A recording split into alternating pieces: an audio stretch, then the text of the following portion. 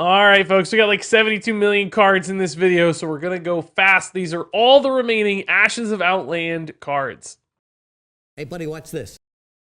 Incanter's Flow looks like a great way to discount a majority of your deck, and something like a minionless mage, this could discount your entire deck, but even beyond that, I think still a lot of value passed back here from the mana discount. Spending 2 to discount 10, 15, 20 mana over the course of the game. Mage, also a class that can often do something like this either for free with discounts otherwise, or just slot it into an early turn with no downsides. This feels like a card that has a ton of potential long-term mana advantages, which we've seen in Hearthstone succeed a ton. This looks like a great card.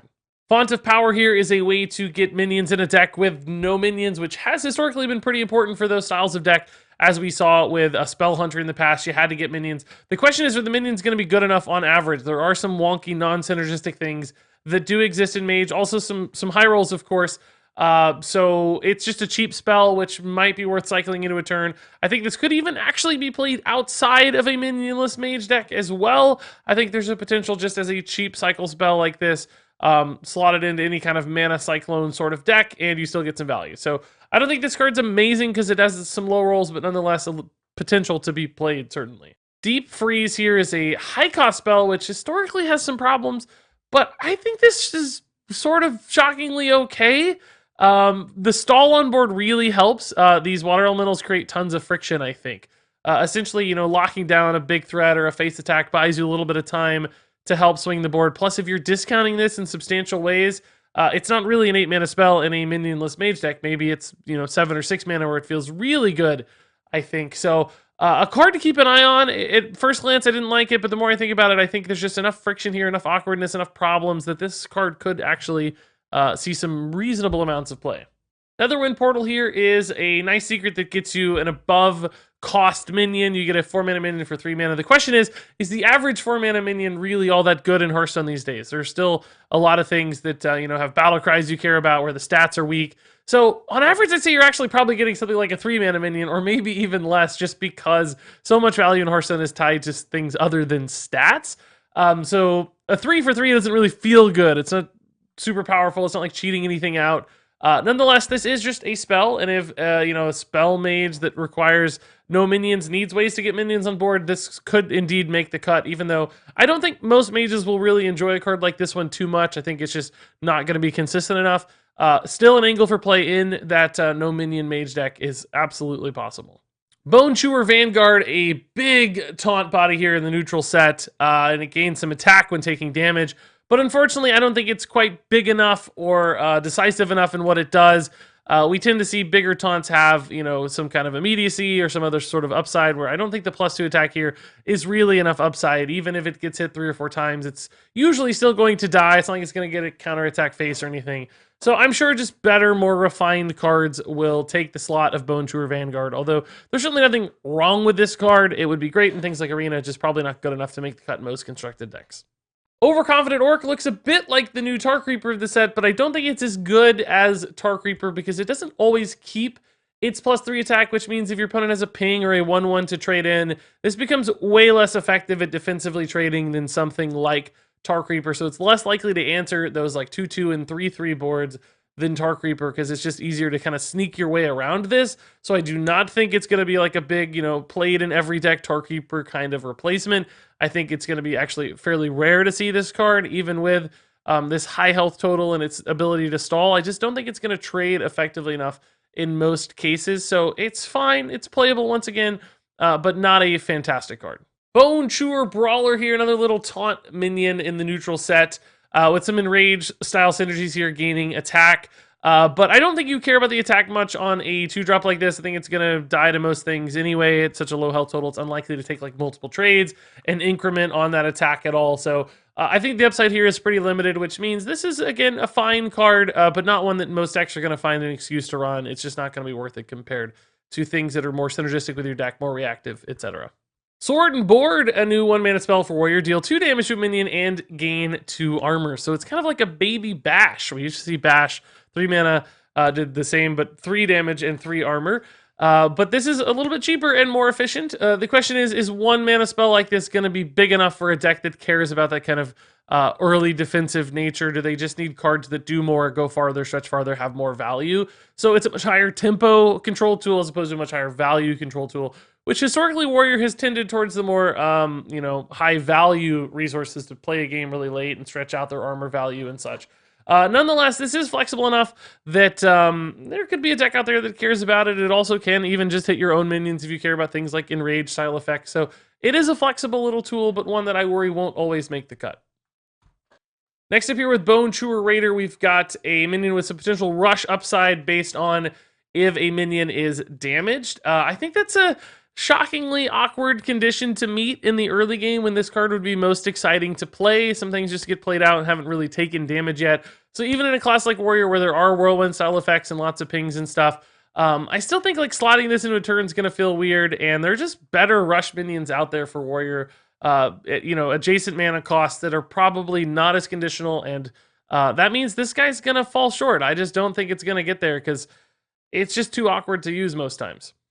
Corsair Cache is a weapon tutor card that also gives your weapon a little bit of a buff here, which is pretty nifty. I don't really know how this card is used today.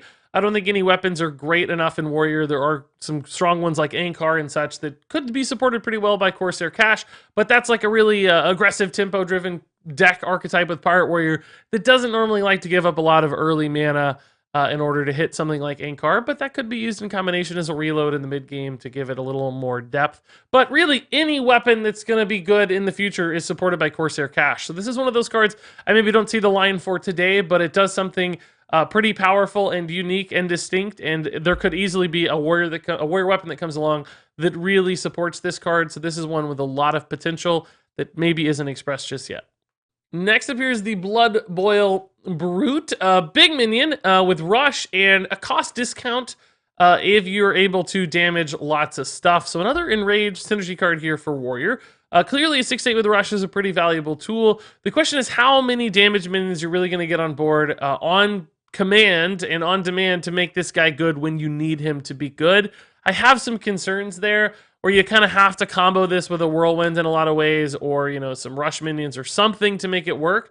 And I'm afraid he's going to get stuck in hand a lot as like a 6 mana minion or a 5 mana minion, which again is by no means bad, but is it good enough to make the cut in your list? I think maybe in some tempo rush decks this gets there, but I don't think it makes it into like control decks as such, and probably not even really aggressive decks either, because usually things are going to be killed off universally as opposed to supporting or trying to support some kind of whirlwind enrage package. So a playable card, but not a crazy one. Moving on to Scrap Golem, a nice defensive taunt card here for Warrior. It's basically like a rotten apple bomb at its core, but it has upside if you can give it additional attack. I think this is playable without giving it extra attack, but if you manage to do that some way with various like taunt buffs in hand, or Cruel Taskmasters or something, then it's got even more healing upside or armor upside, which is really rather nice. So I'm sure some control Warrior deck's going to figure out a way to make this thing work really well, either at its base level or with some additional synergies and upsides as well. Imprisoned Homunculus, pretty intriguing here. Cheap card that could slow down a lot of aggressive decks. The fact that this is dormant for 2 turns is problematic, perhaps if you play it in the late game. If you played on turn 1, I think by the time this pops out, it still will be trading fairly relevantly into early game boards that maybe didn't have many other answers to in the meantime. So an intriguing option, not very good for resurrect effects because of that dormant nature and just the overall average smaller stat line compared to some of the other priest resources out there. But any kind of priest deck that needs to guarantee a minion in the future to say buff on a future turn, or just to slow down aggro decks, I think has a way to use this one. So one of the more promising imprisoned cards as far as I'm concerned. Priest Legendary Prime here, Reliquary of Souls. Really good little start here with 1 mana, 1/3 with Lifesteal. That's something you can play down super early to get Reliquary Prime shuffled in as soon as possible, or just drop it into a turn. The lifesteal helps it kind of fit in and give you a little bit of a boost along the way, especially with any kind of buff cards to support it. And then Reliquary Prime is insane. A big taunt lifesteal minion here that's going to create tons of friction. Can't be targeted by hard removal either. Only you can target this sucker. So a bit like a Winged Guardian, but with lifesteal. No reborn, of course, but also something you can build on and buff. This feels like a great option for a variety of different priest decks. I think this card's going to be really, really strong. Next up here, Dragon support card for Priest. Basically, if you're holding a dragon, this becomes a 2/4 with lifesteal for 2 mana, which is really a great minion to play in the early game just to slow down your opponent, give them that speed bump to kind of trade over, but also not too bad in the mid game either if you just need a little bit of a pinch of extra healing. The question, of course, is Dragon Priest going to make any sense? We've had a few support cards along the way, but it hasn't gotten there quite yet. Will they get enough extra to make it get there? I don't think this card certainly puts it over the edge. So some challenges on context and deck fit, but nonetheless a fun, flexible little card. New legendary spell here for Priest. It's kind of a board clear. It's going to summon enemy minions on your side of the board. So copies of whatever your opponent has on your side, then your minions are going to attack their minions. So, if it's just a bunch of 8/8s and they're all symmetrical, it's just going to trade as a board clear. If all the minions have higher health than higher attack, you're both going to end up with damaged minions on each side of the board, but you won't clear the board.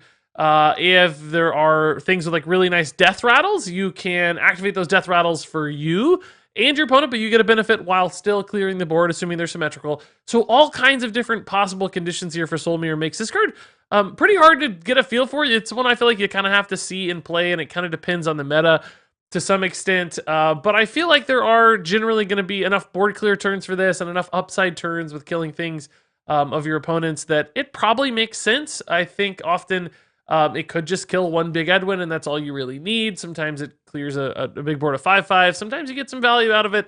On top of that, it is a little bit risky in something like a Resurrect style deck because you don't want to res things of your opponents generally. But nonetheless, a card that I think has some utility along the way. It's likely to get played in some controlling deck.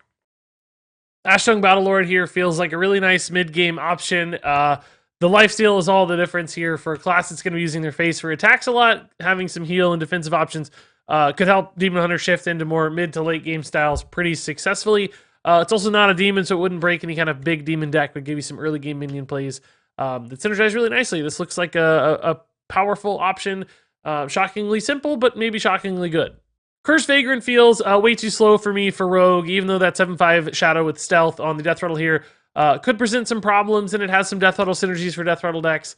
I think on average, the mana cost is just too high for this one. Even if you do push it down to like 1 mana with Onka, there are probably better, higher synergy Death Rattles, things like hand buffs with charged minions and such, that would just do a better job in that deck. So bit awkward, bit slow, won't see much play. Dragonmaw Skystalker is basically like a Cairn with some Dragon synergies, a little bit better on the front half, a little bit worse on the back half. But nonetheless, I don't really think this card stands out or does anything other Dragon cards can't do better. It's a little bit slower, maybe higher value in some ways, but most Dragon decks aren't really looking for that. So I don't really see any reason this one's going to push other cards out of Dragon decks. Next up is the Skeletal Dragon for Priest. Another big dragon here, this time with Taunt and a value generator adding dragons to your hand. Which is cool. That could give Dragon Priest a lot more late game depth to keep generating more and more stuff, more skeletal dragons, for instance, while also slowing down their opponent. The question is, does that kind of value grindy Dragon Priest ever line up or make sense? Maybe it gets there. We saw that other card with Lifesteal already, so I'm starting to have a little bit more faith in that package. And although this card's slow, it's the kind of Ysera slow where it's making you more stuff. And although there are certainly low rolls in the Dragon pool, on average, they're not bad cards. So Priest can stay alive long enough for these things to work well sometimes. So I have a little bit of a hope here for Skeletal Dragon. Another secret here for Rogue. It's going to draw you 2 cards after your opponent casts a spell. I think that's a condition that's very easy to meet. We've seen that successfully for secrets a lot in the past. And cycling into 2 new cards is fantastic for Rogue, although this might be something like a bad top deck where it's like, oh man, I needed something to play now. Remember that just having secrets equipped for Rogue can be very powerful, and having secrets to play for Rogue can be powerful, given their synergy cards, and this certainly looks like a great fit for a Secret Rogue package. I think this is a pretty solid card. Rust Steed Raider here, big taunt rush minion that's basically a 5/8 the turn you're playing it in most cases. Very reminiscent of something like Militia Commander, but I would argue better in a lot of ways because it leaves behind a probably annoying taunt body your opponents are going to have to get through. So even just at 1 mana more, this is still a shockingly high friction card right now. 1 attack is less than Militia Commander's remaining 2 attack, so it doesn't kill as many things, but sometimes you just need that defensive body to get in the way, block attacks, still cleans up lackeys and such. So because there's so much value on the kind of front half of this action, it being a little worse in the back half isn't necessarily a bad thing, and it's still getting you some value with that high 8 health total. So I think this will be a great way to take some mid-game trades and stick behind a taunt. There's also taunt synergies available to classes like Warrior that could be pretty nice. So keep an eye out on this card. Might be a sleepy, solid neutral set card. Warlock's Legendary Prime here. Nice little early minion that will give you a same turn discount on demons, or of course, if it lives, a nice little discount on demons. It's not persistent for the rest of the game, but could cheat out some Flame Imps alongside Canrathad, which is pretty cool. And then Canrathad Prime getting shuffled in is a big time board reload, a nice big minion himself, and will summon 3 additional demons that died this game. Now, of course, if you're using the small version to cheat out Flame Imps, you're not going to get as consistent of a return on Canrathad. So maybe there's some kind of bigger demon deck here that, you get some big 4-5 mana demons summoned off of Canrathad, or things with death rattles or rush effects that are really powerful, and you use your your primary Canrathad to start cheating those out a little bit faster in the game. Maybe 1 or 2 gets pushed out a little sooner. There are some weird issues here where you kind of want to play this guy early to shuffle Canrathad Prime into your deck sooner, but the earlier you play him, the less big demons you're going to be able to cheat out the same turn. So there are some things going at odds here, but nonetheless, I think the reload is so big on Canrathad Prime that's going to be worth it in most cases. The question is it better than Galakrond? And are, middle to big size demons going to work well in Warlock? So a pretty crazy cool card, but I'm having trouble piecing it all together still somewhat. Nightshade Matron here is a really nice big rush minion for 4 mana, 5/5 stat line's great. You're going to be able to take some good trades on board. She is also a demon, which has some interesting synergies with our previous card, at the cost of discarding your highest cost card, which can be problematic. Obviously, you want high cost cards later in the game because they're going to be your more powerful things. But as we'll see with this card, Hand of Gul'dan, turns out discarding this would be pretty fantastic because you could draw 3 cards for discarding this. Now, Hand of Gul'dan at 6 mana is not particularly exciting on its own to play. To draw 3 cards, it's like close to Sprint and not exciting. Also, Nourish without the kind of flexibility or upside these days. So you'd hate to spend 6 on this one in a Warlock class that already has pretty efficient card draw options. But if you discard this in combination with other card, that's a pretty cool 1-2 punch. There might also be some other high value discard options for that card too. But this package, although I love Discard Warlock, does seem a little bit narrowly focused, and you kind of have to have things line up really well. Otherwise, there could be some big problems and some big backfires on these options. So both of these cards are interesting when paired together, but I still think fairly inconsistent. Dark Lair here is a pretty crazy card. So solid stat line to start, and then also anytime you take damage, you're going to get some extra mana to do more stuff. So you played this on turn 4 with a Flame Imp, for instance, you'd get 2 mana. You could also life tap. That would give you 2 additional mana to play something else. So there could be some really fast, high power turns in the early to mid game off of Dark Lair. It's not necessarily as good on curve if you don't think it's going to survive, but it can allow you to really ramp out some mana in the mid game. If your deck has enough ways to damage you, you can create these really high pressure turns kind of out of nowhere, I think, with Dark Lair. The question is, how long can you sustain that with your health total, and how much reload do you need to keep refilling the hand to keep making those high pressure, high tempo turns? Warlock has been okay at doing that in the past, though, so I think this creates an interesting option. It's maybe not the most exciting self-damage card we've seen, but there are still some of those hanging around, so maybe that package comes together nicely on the back of Dark Lair. Waste Warden, an interesting little swing card here. At a base level 3/3 that deals 3 isn't all that exciting. We have other cards that do just better things at similar costs. But if you are playing against something like a Murloc deck, Tribal deck, Max, whatever it is, this could wipe an entire board as a really promising swing card. The question is, whose burden in the meta is that to run, right? If a Murloc deck shows up, I think most classes have better AoEs anyway. They're good against every matchup. Nobody's going to want to commit a card that's probably only good against like 1 or 2 very specific decks in the meta. Dragons really get outside the range of this anyway, so they're not that great. So it feels like it's maybe kind of just like Murlocs or Totems is really about it. So for me, Waste Warden doesn't seem like it's going to get there. I think it's a fun card that's really cool that it exists. It's just not a card that anybody's really going to take the burden of running.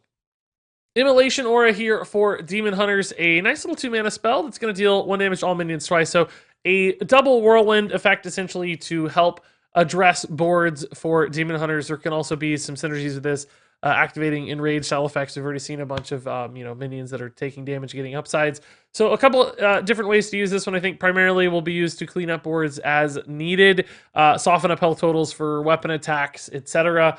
So cards like this always seem like good options to me, just great ways to wipe out an early aggressive board and help recover. Now, Demon Hunter may not be a class that utilizes that as successfully as most, but nonetheless, still a card with a lot of output and potential power.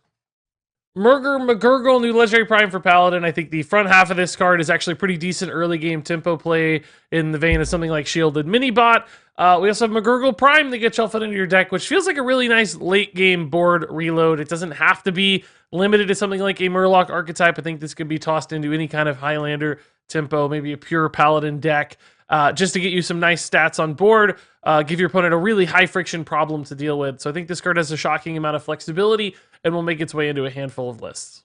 Imprisoned Sungill is all about stats in the early game, but they're also delayed stats because of its dormant nature. I don't think the swing here off the Awaken effect is nearly big enough to make up for the fact that you had to draw this card and put it in your deck list. There's just not much oomph or reactivity or speed inherent to this card, so I think it will fall out of almost every list. Greyheart Sage has a really, really high upside effect here, drawing cards very efficiently on top of a pretty solid stat line for its cost, but it demands the conditionality of stealth. We have some pretty interesting stealth cards, Akama, Escape Mana Saber, we got like Skyvateer hanging around, but is that enough to build an archetype around or increase the consistency of this card enough to make it worth running?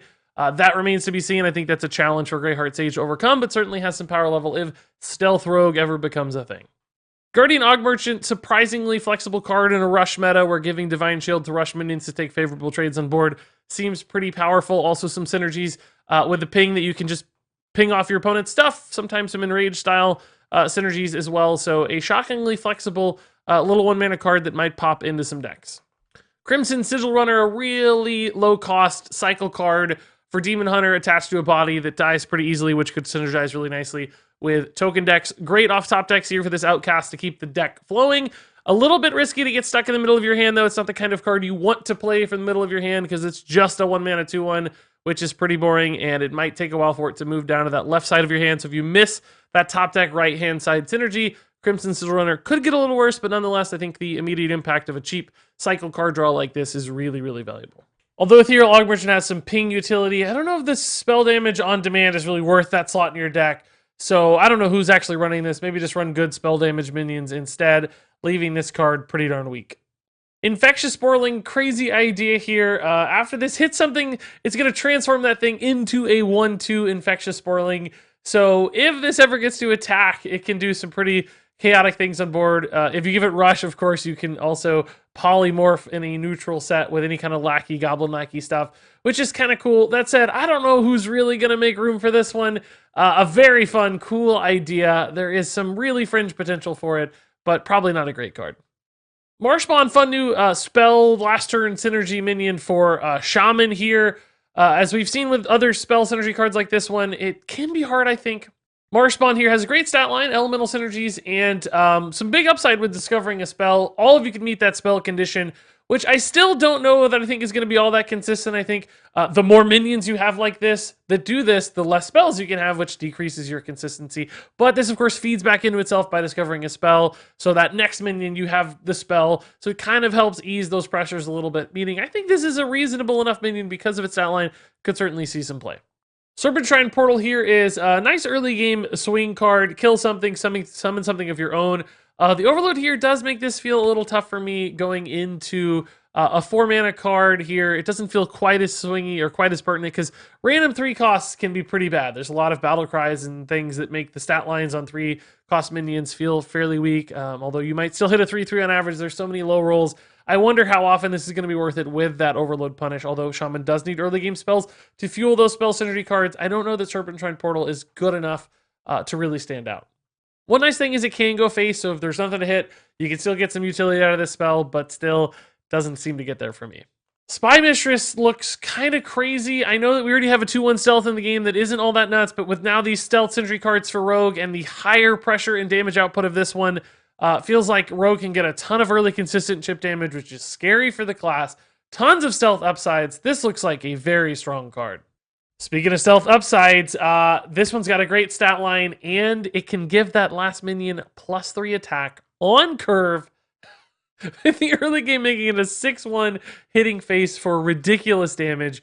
This is pretty wild. Also, with the immune nature, you can take trades off this one as well, which can help protect some of those things that have stealth. You're just looking to trade into something scary and aggressive of your opponents. I think this will often be used just to go face more than trade, but that utility is still there, making this a really strong card in any stealth build. Renew is a nice flexible spell for Priest here to just gain a little life and chain into a new spell. Now, Priest does have some pretty weak spells, so I'm worried about the Discover consistency here, but any kind of Priest that prioritizes cheap spells in like a Kael'thas kind of setup, or a Gadgetzan Auctioneer Miracle kind of setup, could use Renew rather successfully. I still don't know that it's going to find a home in mini decks, but there are some possibilities out there. Apotheosis, pretty cool little buff card here for Priest. We've seen a lot of buff synergy options for Priest, playing maybe more towards a buff early game tempo line, and this one adds some defensive utility with lifesteal as well. So this feels like one of those cards that could get into a deck here and there. I wonder if most Priest decks would just prefer raw stats over lifesteal, but if there is one that can mix defensive nature with the buffs, Apotheosis fits perfectly. Psyche Split here, another copy card. We've seen quite a few of these this expansion, but this one has a buff for Priest, but also at 5 mana. I wonder if this is not in a little bit too awkward of a spot. Certainly there are some great 5 mana cards, Convincing Infiltrator style stuff, at turn 10 that you could copy nicely, but trying to use this on curve I think would be far more difficult, and I wonder if this is really worth it compared to other things like Grave Rune that might just work better in similar spots with those big defensive cards. This feels more like it's tempo relevant, but also awkward at tempo, just because how likely are you going to be to stick something on turn 4 into turn 5? That seems like a challenge. So for me, Psyche Split here, probably going to end up being more awkward than useful. Star Scryer, interesting little minion for Mage. Basically, you can cycle this one into a spell. That is an interesting tutor if you have some spell you really, really care about and you want to build a minion-based deck, but it seems like Mage is going the other direction. It's cool that you can ping this, but also means you may not get as much value out of the minion because your opponent can do the same, which leaves us in a bit of an awkward spot. I'm okay with having early speed bump cards, but this doesn't present much of a speed bump. If this were like a 2-3 instead, of course, it would feel way, way better, I think. Even if you couldn't ping it yourself, I still think there'd be more upside to play this early in the game. So although the in a pinch draw is cool, I think it also creates some problems for this card. Rocket Dog Merchant here, kind of like a Goblin Lackey that you run in your deck, but it's got a ping that can react to your opponent's stuff too. Activated range effects, as we've seen with all of these Og Merchant cards, but I don't know if Rush is enough upside to compare to things like Divine Shield. This one probably feels better than spell damage, but a little worse than Divine Shield. I just don't know what deck makes room for this. There are so many other cards to do other things. You can generate lackeys instead to get Goblin Lackeys if you think this is a really valuable effect. So Rocket Dog Merchant falls a little short for me. Soulbound Ashtongue, big early stat minion here is a 1/4, but with a lot of risk that you might accidentally kill yourself with it if your opponent shield slams it for tons and tons of damage. But nonetheless, I think there are some buff classes like Priest that can take a little bit of damage along the way as long as they have early game sticky minions like this one. I also think this could potentially go in aggro decks that don't care about their health total, but just want stats on board early to buff and to synergize with. So Soulbound Ashtongue to me, it looks like actually a pretty sleepy, solid card that could fit into a handful of different decks. Rustsworn Cultist here. It's kind of like Soul the Murloc on a stick. Pretty solid stat line. When you've got a big effect like this, that's probably at least a 2 mana effect, and that means you're getting a 3/3 here for basically 2 mana, which is nice. Could be a nice follow-up in any kind of token style deck that just wants to preserve that early pressure they've created, deny removal effectiveness, and set up for, say like a turn 5 Bloodlust after this on turn 4. So although, I wonder if Soul the Murloc for a class like Shaman might just be better because you can hit the button and get an extra minion on board, because this only affects other minions, not itself. There still might be some class that has a big enough follow-up, whether that's Druid. They have Soul the Forest as well, so you kind of have some questions there. But it seems like maybe there's a third or fourth class that can still do token things. Warlock in particular has demon synergies with lots of 1/1s thanks to Galakron. So this card doesn't necessarily stand out compared to some of those peers, but does look like a viable option for somebody. Blistering Rot here is a card that will continue to summon itself and scale exponentially up to at least the board space cap, because if you can stick these around, they're going to keep summoning copies and copies of themselves. It is interesting they wrote stats equal to this minion, so you can buff it for stats, but you can't do things like Grave Runes on it to create extra layers of problems or extra death rattles and stuff. So a fun idea here for a buff class, but I don't know The fact that you have to buff this immediately means, this is coming down maybe like turn 4, turn 5, turn 6. I don't know if it's good enough at that stage. If this was like a 1 mana 1/1 that did the same effect, I think it'd be great. But at 3 mana, it feels like it could end up being just a little too slow and awkward. Imprisoned Gunarg here is a dormant minion for Warrior. It's a 2/2 for 1. So you play this on 1, you get a 2/2 a few turns later. It's not likely to make a huge impact on the board, but still could probably trade into something at that stage of the game. But you also get essentially a Fiery War Axe here as well. I don't really think that's enough upside. First off, are you going to need a Fiery War Axe at that stage of the game in 2 turns? It's really hard to predict that sort of thing. If you wanted to run an aggressive deck to get a cheap weapon, you might want those minion stats on board faster, right? And you might just want better weapons later in the game. So this one falls in a really awkward spot. I don't see why you'd ever really run this card. I don't think it's going to be good at all. Unstable Fellbolt, nice little cheap removal option here for Warlock. If you're behind on board, this is great. If you're equal or ahead on board, you're probably not going to want to use this one all that often, unless you really, really want to kill a minion of your own, which is possible. That said, Warlock has a lot of cheap spells that react well to your opponent's stuff. I don't know that this one stands out compared to those. I think it's probably worse in a lot of ways and risky for mini decks to run. So I don't think this is going to be top of mind for people when building a Warlock deck. Enhanced Dreadlord's a big old demon here for Warlock with a lot of defensive utility, some Death Rattle synergies. That's great off of random summons like our new Warlock Prime card, Galakron, etc. I don't know if this is ever going to really make sense in a deck list, though. It could if that Warlock Prime deck makes sense and you want to have demons that died put in the pool, then sure, this gets there. I think most Warlock decks, this one's just a little bit too slow. You maybe care more about that 5, 6 mana slot. As you get to 8, it's harder and harder to run cards like this despite that defensive utility. That said, it does so many things and it's so big that it might make the cut in some deck where there's just a slice that it fits into perfectly. So yeah, it looks like a fine big defensive body. Vivid Spore is pretty crazy card here. It's basically like a Soul the Forest for Shaman, but instead of summoning 2/2s, you get the same minion you had on board, which can be great if you have a gigantic board, 5/5, 6/6s, 8/8s. Maybe not so good if you've got a board full of totems, because you might not want to just resummon your totems. So a bit of a mixed bag. I think in some ways that makes this a win more card, where if you've already got a really good board advantage with big stuff, you're probably winning. This can help protect and preserve that lead, but you might just be better off with a card like Bloodlust that helps you kind of end the game instead of maybe stretch out the game. So not great in a class that's summoning a ton of totems for sure, but nonetheless, potential, I guess, if you can go wide enough, fast enough, and big enough. Cards like this are intriguing, so keep an eye on it, but I think often it probably just doesn't fit right into most decks. Totemic Reflection here, nice little buff spell for Shaman, 3 mana to get a 2/2 buff, but you can also get a copy if it's a totem. Now, on base totems, that's actually not too bad, right? You would turn your 0/2 often into a 2/4, which is pretty okay, and then you get another 2/4 to boot with some upside like spell damage, healing, taunt, etc. So if you're planning to totem on 2 and you think it's going to survive, this is great. The question is, how often does that totem survive? Is this a great 5 mana play? No, not necessarily at all, right? And are there other totems that you care about, like mana tide totems and such, where there's more upside here? I think the ideal one here is your evil totem generating you more lackeys. That'd be great, but those evil totems almost always seem to die when you play them on turn 2. So some real risks in a card like this one means I think this one probably ends up falling too far short. Scrapshot for Hunter here. Pretty cool idea, buffing beasts in hand. We've seen some cards that will summon beasts from hand.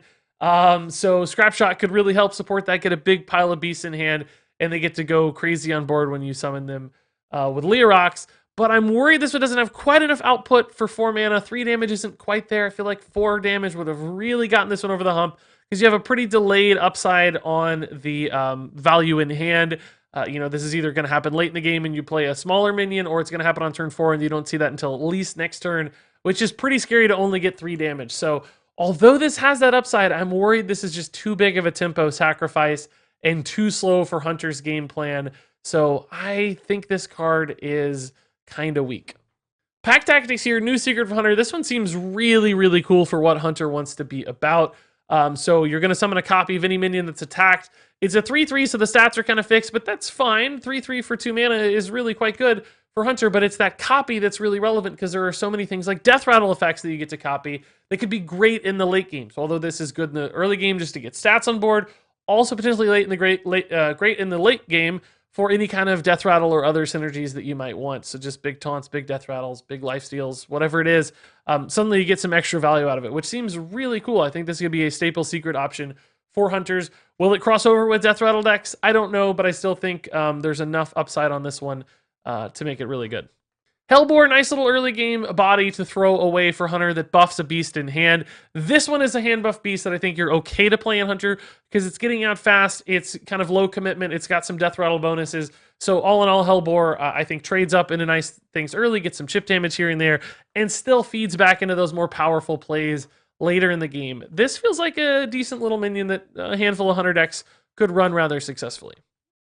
Overgrowth here is kind of that double wild growth. You get to do it all at once on turn 4. The question for me is that too big of a commitment for mana just to gain those 2 long-term mana crystals? I think, we've seen Breath of the Wild and Wild Growth make a lot of sense. Those are flexible, easy to slot into that turn 2 that might otherwise be empty, and they get you moving enough. I think this is just maybe too much mana to spend, and you don't really end up having all that much time to really play down bigger threats.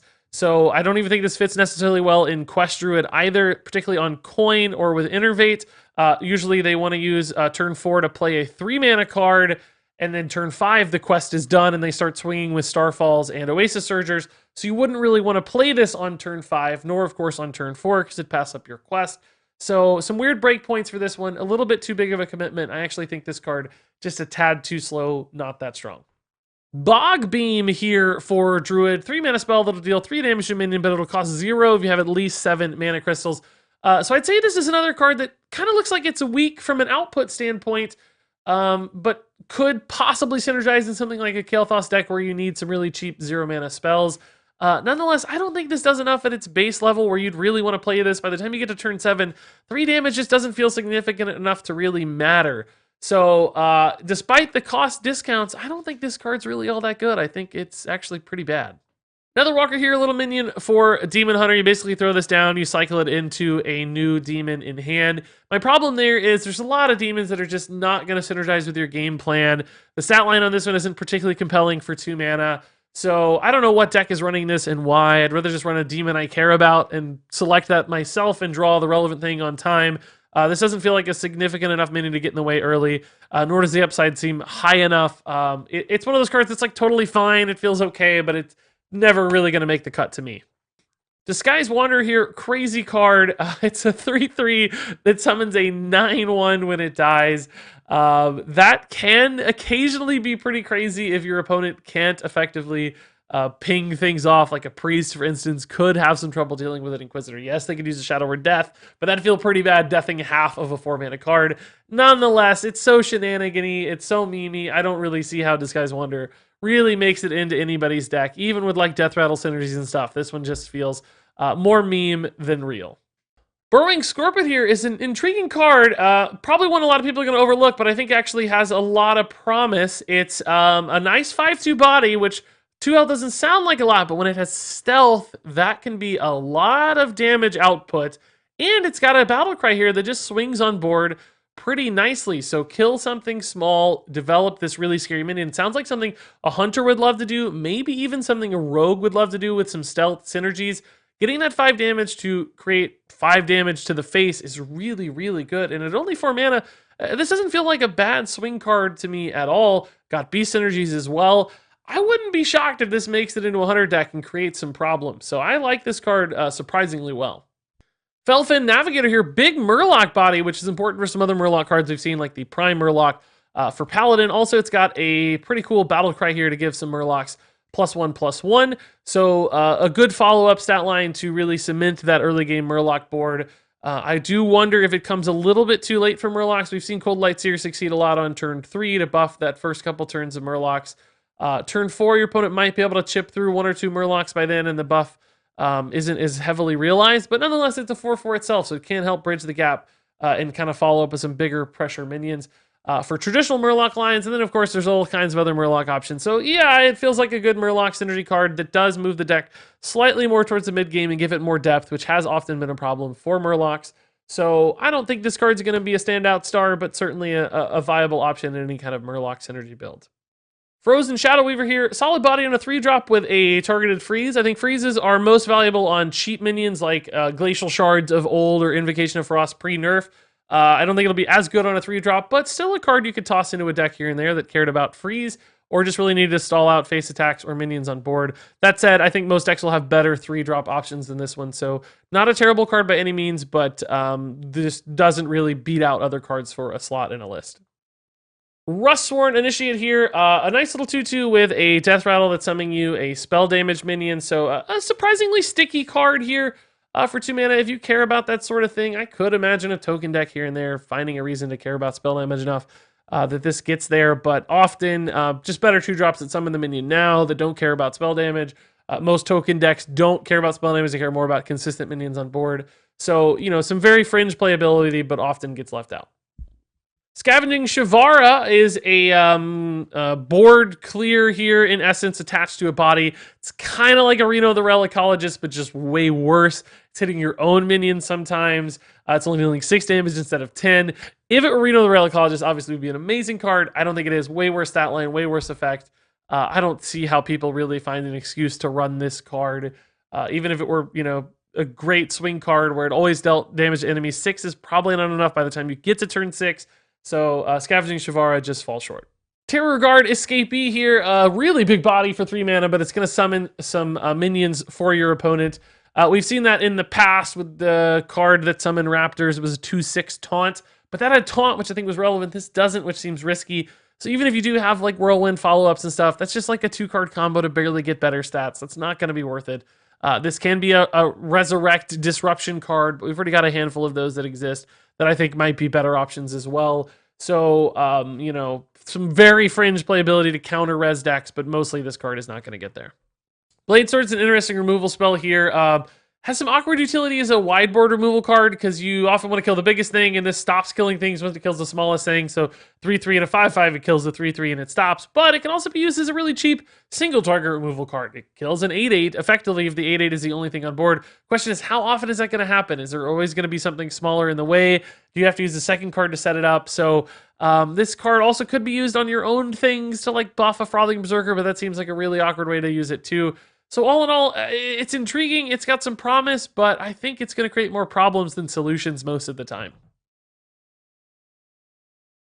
Murgur McGurgle is a 4-star card. Imprisoned Sungill is a 1-star card. Greyheart Sage is a 3-star card. Guardian Augmerchant's a 4-star card. Crimson Sigil Runner is a 4-star card. Infectious Sporling is a 2-star card. Ethereal Augmerchant is a 2-star card. Marsh Spawn is a 3-star card. Serpentshrine Portal is a 2-star card. Spy Mistress is a 4-star card.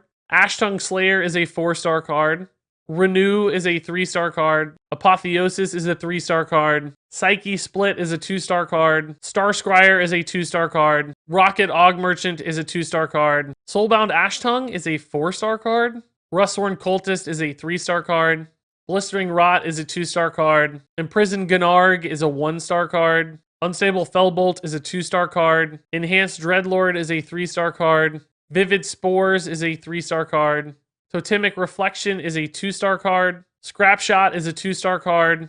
Pack Tactics is a 4-star card. Hellbore is a 3-star card. Overgrowth is a 2-star card. Bogbeam is a 1-star card. Netherwalker is a 2-star card. Disguised Wanderer is a 2-star card. Borrowing Scorpid is a 4-star card. Felfin Navigator is a 3-star card. Frozen Shadow Weaver is a 3-star card. Rustsworn Initiate is a 2-star card. Scavenging Shavara is a 2-star card. Terror Guard Escapee is a 2-star card. Immolation Aura is a 3-star card. Imprisoned Homunculus is a 3-star card. Dragonmaw Skystalker is a 2-star card. Waste Warden is a 2-star card. Darkglare is a 3-star card. Nightshade Matron is a 3-star card. Canrathad Ebonlock is a 4-star card. Hand of Gul'dan is a 2-star card. Dirty Tricks is a 4-star card. Ruststeed Raider is a 3-star card. Skeletal Dragon is a 3-star card. Cursed Vagrant is a 2-star card. Ashtongue Battlelord is a 3-star card. Soul Mirror is a 3-star card. Reliquary of Souls is a 5-star card. Dragonmaw Sentinel is a 3-star card. Scrap Golem is a 4-star card. Bone Chewer Vanguard is a 2-star card. Overconfident Orc is a 3-star card. Bone Chewer Brawler is a 2-star card. Sword and Board's a 2-star card. Sword and Board's a 3-star card. Bone Chewer Raider is a 2-star card. Bladestorm's a 2-star card. Bloodboil Brute's a 3-star card. Bladestorm is a 2-star card. Netherwind Portal is a 3-star card. Corsair Cash is a 3-star card. Deep Freeze is a 3-star card. Font of Power is a 2-star card. Incanter's Flow is a 4-star card. And there you go, folks.